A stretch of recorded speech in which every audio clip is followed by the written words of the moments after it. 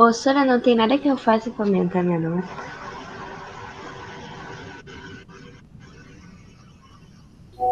Olha, na verdade tem recuperação, sabe? Acabou, não é que eu tô falando contigo. Tu perguntou, não tem nada que tu faça pra aumentar a tua nota. Tem a Eu recuperação. perguntei pra professora, Tem né, a pra ti. recuperação. Eu tô me sentindo dentro de sala de aula e a Medeiros sendo quase um animal, cara. Eu tenho só um comentário pra fazer. Vocês já perceberam que viver na escola é como se fosse um teste de sobrevivência na selva? Você passa frio, fome, sono e ainda convive com animais, então é Olha, complicado. tu me respeita. Então, Medeiros, não dá pra te Eu defender tô porque tu é o bolado. cavalinho pocotó, né? Vamos ser bem sinceros. Não, é o dinossauro, não é? Eu sou dinossauro. É, Não confunde essa Vou começar a espécie. chamar, tá, pessoal? Chamadinha, então. A gente começar a aula que já... Senão a gente não pode nos atrasar muito também, porque a aula é gravada, qualquer coisa eles assistem depois. Amanda, então, não está. Andrea, Presente. Gabriel Campelo,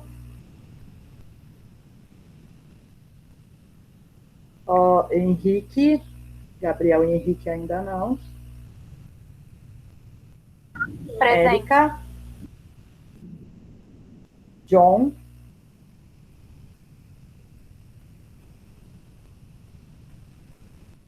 Lara, Aqui, Sora. Lívia Medeiros, Aqui. Bia Bederode, aqui, prof. Lucas ainda não. Manu, ainda não a Manu?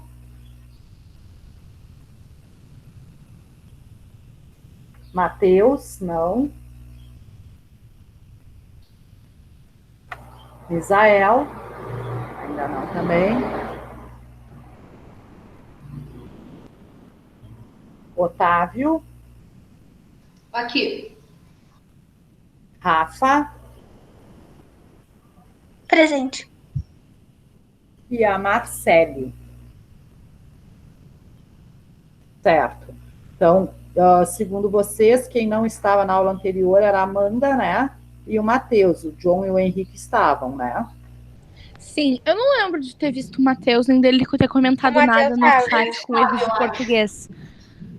Mas E eu os acho que tava outros ali. aqui que não chegaram ainda, Gabriel Campelo, Lucas, Manu, Matheus, Misael, estão fazendo a prova, né? Provavelmente. Provavelmente, né? Então, nós sigamos aqui com os nossos conteúdos, tá? Vou deixar de tema na aula de hoje, pessoal, porque a gente não vai conseguir corrigir todos os exercícios, né? Nós vamos corrigi-los, então, semana que vem, até porque para os outros poderem estarem juntos também. Então, tinha ficado de tema as páginas 168 e 169 até o exercício 10. Então, eu vou deixar o exercício 11, tá? Da 169 para a aula de hoje. Então, assim, ó, de forma geral, para a semana que vem, temos que corrigir página 168 e 169, certo? Certo. E eu vou dar entrada, então, aqui com os nossos slides sobre o período colonial brasileiro. Nós já tivemos na semana passada, acho que a gente trabalhou colonização da América Espanhola e Portuguesa, então o início da colonização portuguesa a gente já viu. Me informem uma coisa, eu cheguei a mandar os slides sobre o Brasil pré-colonial para vocês. Enviar pelo plural, prof? Junto com a aula. Não chegou a mandar. Não? Tá. Então, para nós, inicia aqui, então, já o Brasil colônia, né? E nós vamos, então, trabalhando esse início de Brasil pré-colonial. Eu vou mandar um slide para vocês, tá? Não esse que eu vou apresentar hoje, tá? Um outro que é sobre o início da colonização brasileira, que a gente já falou, né? Nós já comentamos, já falamos, mas eu vou mandar porque está mais completinho essa parte de início da colonização, tá? para complementar esse slide que eu vou começar a apresentar agora para vocês, certo?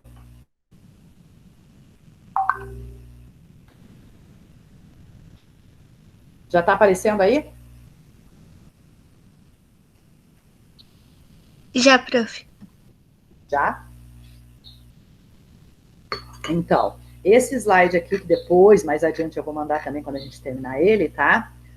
Ele traz a história do período colonial completo, tá? Então, nós vamos ir trabalhando ele todo ao longo das unidades 8, 9, 10, 11 e 12, tá? Então, é para todas essas unidades. Mas eu vou mandar junto, vou mandar hoje ainda, um slide sobre o início da colonização, é o chamado Brasil pré-colonial, tá? Que é para estudo mesmo, porque ele vai estar mais completinho para vocês, tá bem? Essa parte inicial. Então, aqui, ó, tá, aqui Brasil colônia, né? De quando a quando, né, vai o nosso Brasil colonial, tá? De 1500 a 1822, né? 1500, descoberta do Brasil por Portugal, ali com as navegações de Cabral, até 1822, quando Dom Pedro I proclama a nossa independência e nós deixamos de ser colônia, tá? Esse período ele é dividido, normalmente, em dois momentos, né? O chamado Brasil pré-colonial, que é esses slides que eu vou te mandar hoje, tá? Já mais detalhados, tá bem? E o Brasil colonial. O Brasil pré-colonial, ele são os primeiros 30 anos da chegada dos portugueses aqui, tá bem? Então, vamos comparando, então. Os espanhóis, como nós vimos, quando chegaram aqui, nas terras que pertenciam aos astecas e aos incas, o que foi que eles encontraram de cara? Quem é que sabe me responder? Faz parte daquela política mercantilista, né, de colonização, acumulação de metais preciosos. O que eles encontraram aqui já de cara nas terras dos astecas e dos incas?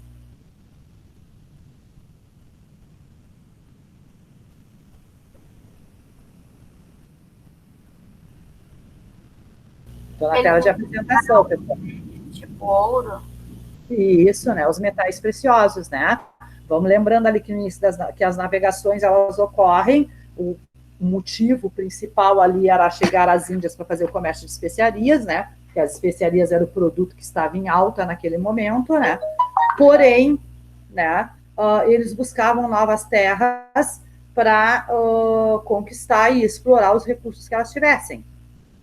O objetivo é dentro daquela política mercantilista, é acumular metais. Para que eles querem especiarias? Para vender na Europa e acumular metais preciosos, né? Porque quanto mais metais um reino, né, tiver acumulado em seus cofres, mais poderoso é este rei, mais poderoso é este reino, né? Então, o objetivo de fazer o comércio com as Índias é acumular metais, tá?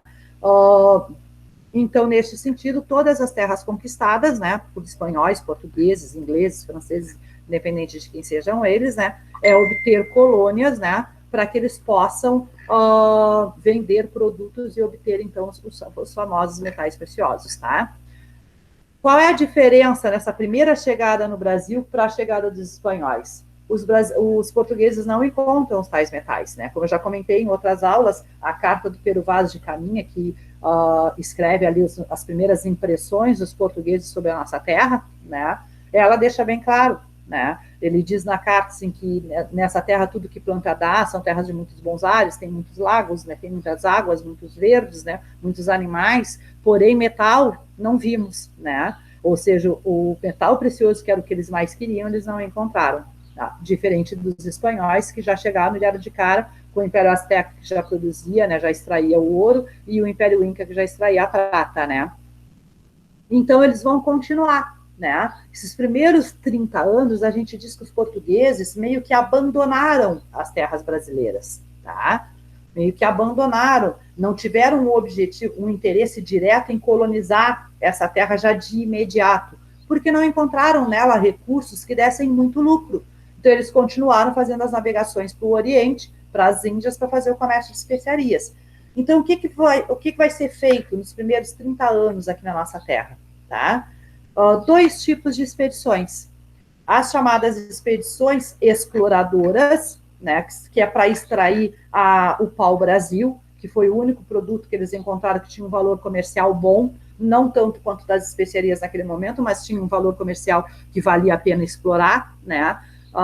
O pau-brasil é uma árvore, né? Uma árvore nobre, considerada árvore nobre, né? E dele se tira uma tinta, um corante vermelho que se usava para atingir tecidos. Eles já conheciam essa árvore, né? Não era estranha deles, no caso, né? Então, eles vão extrair o pau-brasil, né? E a outra expedição, o outro tipo de expedição que eles vão fazer nesses primeiros 30 anos são as expedições guarda-costeiras ou guarda-costas, né? Com o objetivo aí de evitar o contrabando do pau-brasil, de defender as terras brasileiras de estrangeiros. Que assim como os portugueses estão vindo, né, para conquistar terras, colonizar, explorar, os outros também. O nosso litoral, por exemplo, ele é extenso, ele é muito grande, então, para fazer a defesa desse litoral não era fácil, ainda mais nesses primeiros 30 anos que eles não têm o objetivo, claro, de colonizar a terra, né? Então, o Brasil vai sofrer ali invasões, principalmente de franceses e até mesmo de espanhóis, com o intuito de explorar o pau-brasil.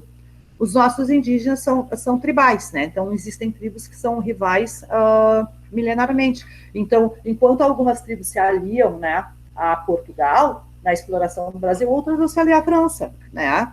Por exemplo.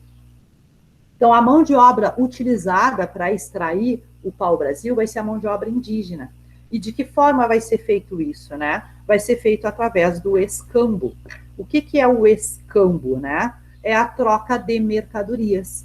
Então, os portugueses trocam a extração do pau-brasil, os índios vão fazer esse trabalho, né? Vão cortar a árvore, vão dividir em toras, vão colocar nas feitorias, né? O que é uma feitoria? Nada mais é do que armazéns, né, feitos no litoral, próximo aos portos, onde vão sendo guardados esses produtos, né, para quando as embarcações vêm e levam, então, a tora de pau-brasil para Portugal, né? Então, o índio faz esse trabalho em troca de bugigangas, de quinquilharias, tá? Mas vamos entender esse contexto, então, né?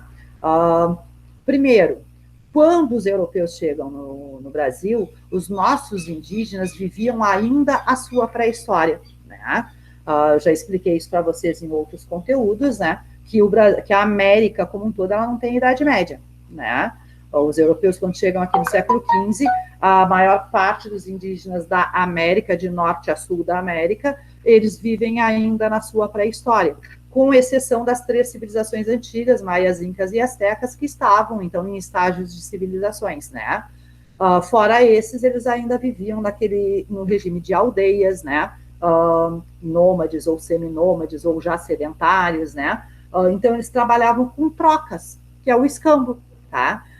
E isso é o primeiro ponto. Os indígenas brasileiros, eles ainda não tinham desenvolvido, né, a ideia do comércio como o europeu tinha, né, essa ideia de atribuir valor aos objetos, né? Eles não entendiam a lógica do mercantilismo, do comércio, de acumular riqueza, né? De explorar a terra, de explorar os recursos exaustivamente, exauridamente, para acumular riquezas. Eles não entendiam essa lógica, porque para eles, né, a terra é a terra-mãe. Eles usavam a terra e os recursos da natureza para a sua sobrevivência, para a sua manutenção, né?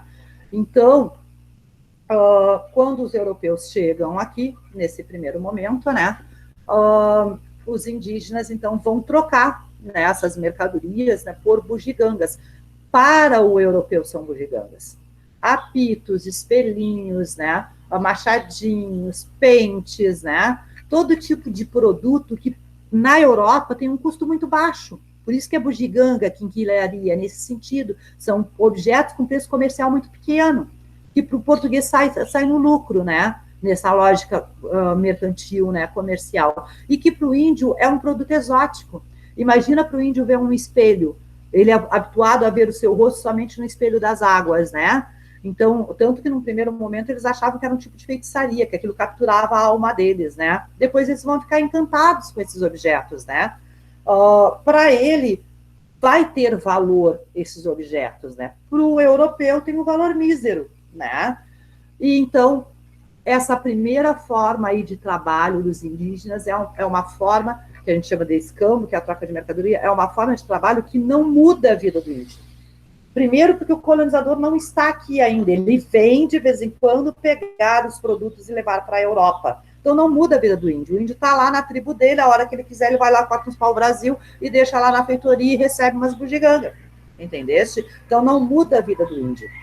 Vamos lembrar que a gente já trabalhou nos slides lá da colonização espanhola, né? Que o primeiro contato dos índios com os europeus foi pacífico, né? Por vários fatores que a gente já trabalhou, um deles, né? A crença de que eram deuses civilizatórios, né? Então foi pacífico, foi tranquilo esse primeiro contrato, tá? Quando é que o índio, então, vai perceber que eles vieram para cá para conquistar a terra e explorar os recursos? Os índios brasileiros e os outros também. Quando inicia a colonização de fato, né? Em 1530, tá? Em 1530, o comércio de especiarias entra em declínio. Ora, o caminho das especiarias já há 30 anos já foi descoberto, né? Já muitos europeus já conseguem chegar às Índias e fazer o comércio. Após 30 anos de comércio de especiarias, a própria Europa já está produzindo especiarias, né? Então, o comércio de especiarias ele entra em declínio.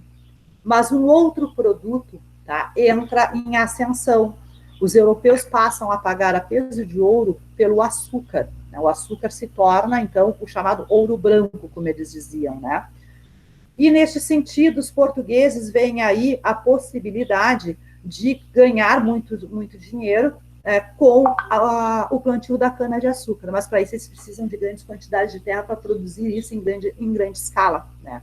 E aí, então, eles vão se voltar para a colonização brasileira, né? Para plantar o açúcar aqui no Brasil. Eles já usavam o plantio da cana e já tinham uma certa experiência, só que em escala menor, porque eles plantavam a cana nas Ilhas da Madeira, que fica no norte da África, e já usavam a mão de obra escrava ali, né? Então, eles já conhecem, né, como se produz aí o açúcar. Eles vão ter que ampliar isso em larga escala, e para isso eles vão voltar para o Brasil.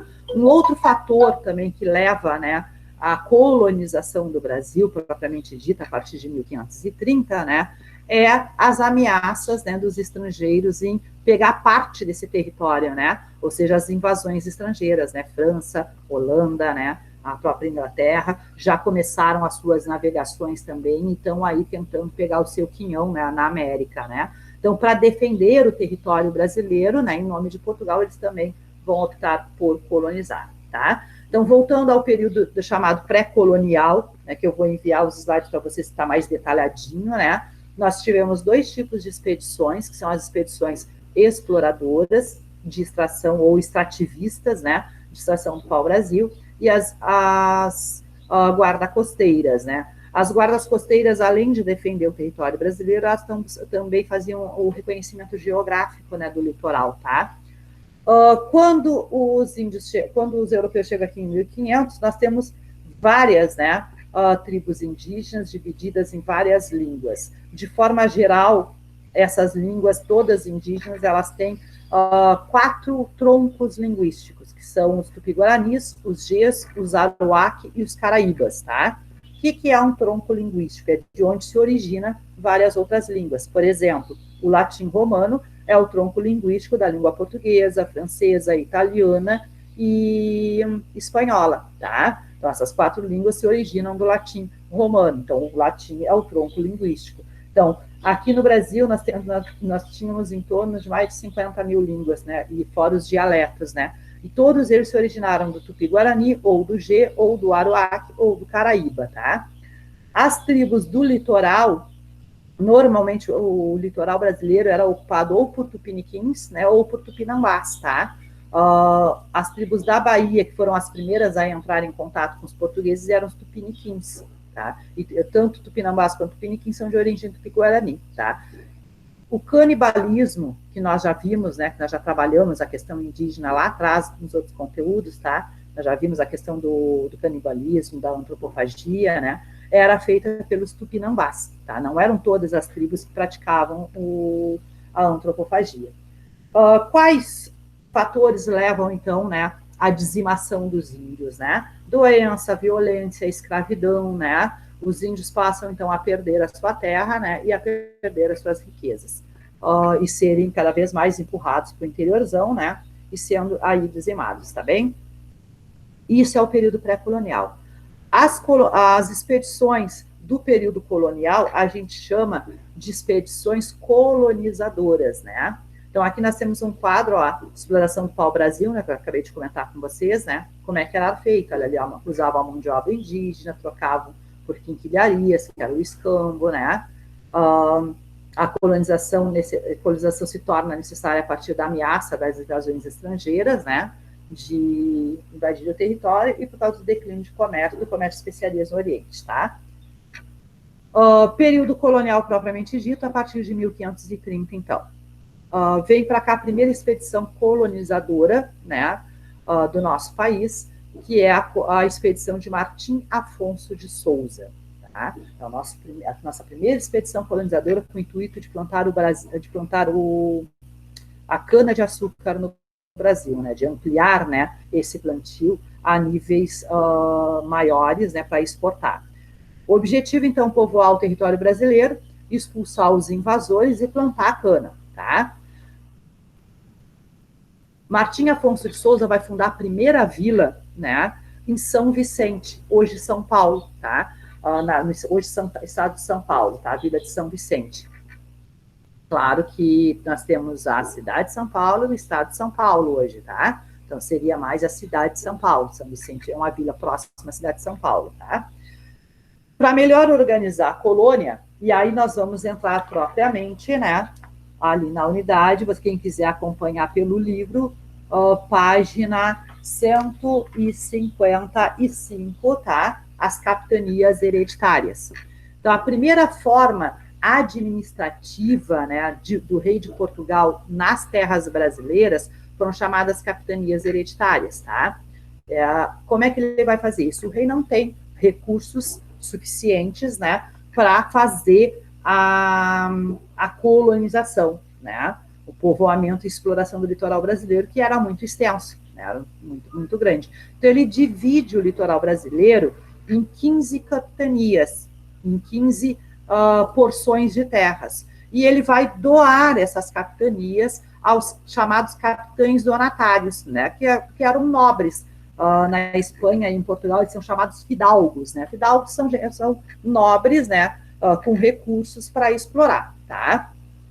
Nós teremos 15 capitanias e 14 capitães, porque o Martim Afonso de Souza ele acaba ficando com 2 capitanias. Se vocês olharem ali no mapa da página 155, procurem ali a capitania de São Vicente, tá? Vocês vão perceber que tem São Vicente I e São Vicente II, né? Elas pertencem, então, ao Martim Afonso de Souza, tá bem? Então, assim foi feito. A primeira forma administrativa do Brasil, né, foram as capitanias hereditárias. O que são capitanias hereditárias? Tá?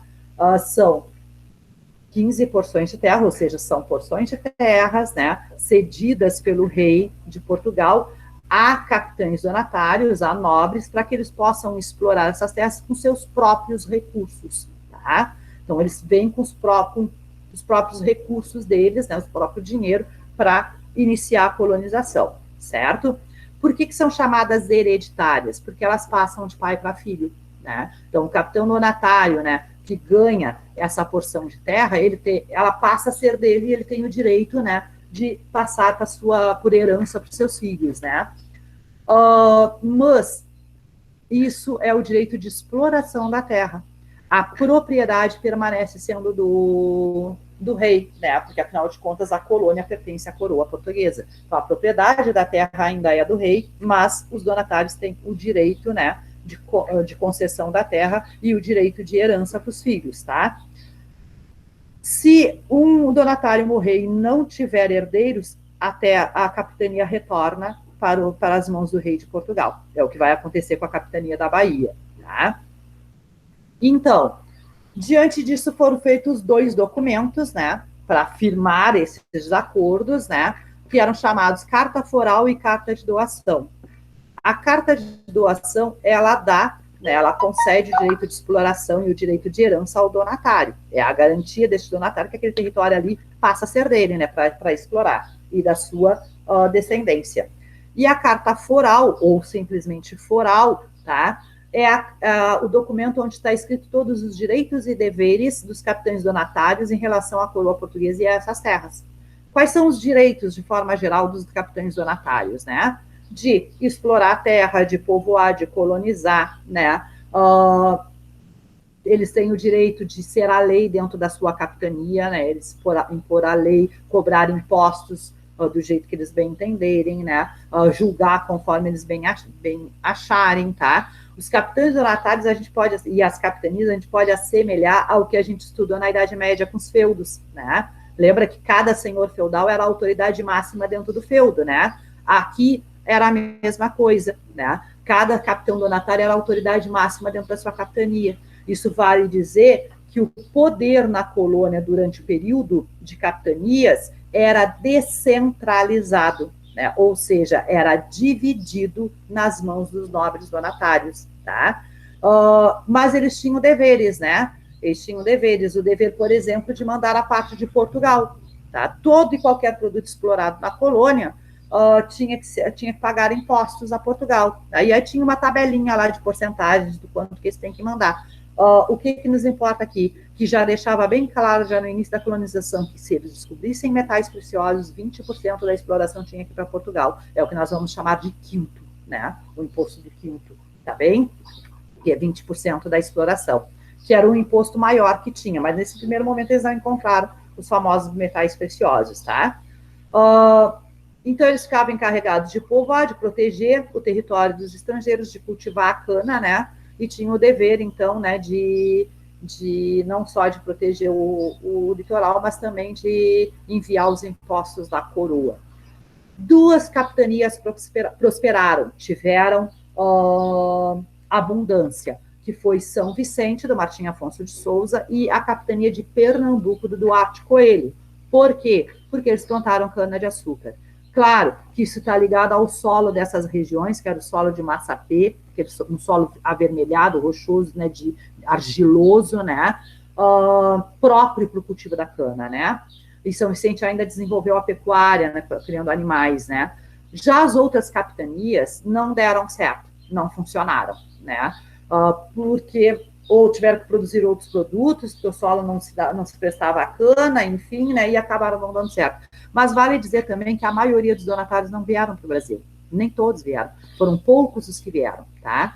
Por que não vieram, né? Por N razões, ou porque, na verdade, na prática, eles não tinham muitos recursos para poder colonizar, porque eram muitas terras, tinham que gastar com povoamento, eles tinham que trazer pessoas, camponeses, né, para trabalhar nessas terras, né, tinham que trazer seu próprio bolso, né, ferramentas, enfim, né, e tinham que sofrer ali, né, tinham que ver ali os ataques, eles iam sofrer ataques de índios, tá, tinham que extrair a madeira, desmatar, então era um empreendimento muito caro, né, então muitos desses donatários acabaram nem vindo para o Brasil.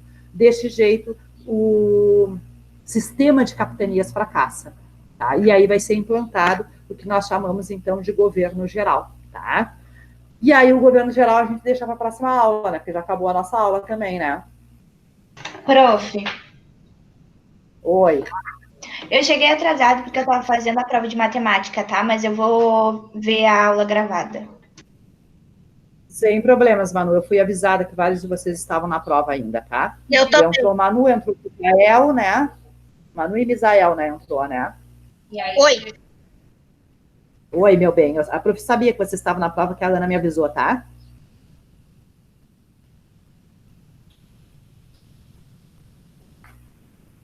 Então, assim, ó, fica a página 168, 169, quem não fez tem que fazer, né? O terceiro tema de hoje, então, é o exercício 11 da 169, tá? Os outros já haviam ficado de tema, semana que vem a gente corrige e continua os slides, certo, meus amores? Certíssimo, prof. Tchau. Tchau, prof. Bom final de semana prof. aí pra você. Tchau, prof. Tá? Um bom dia para você que gosta, né? Tchau, prof. Bye, bye.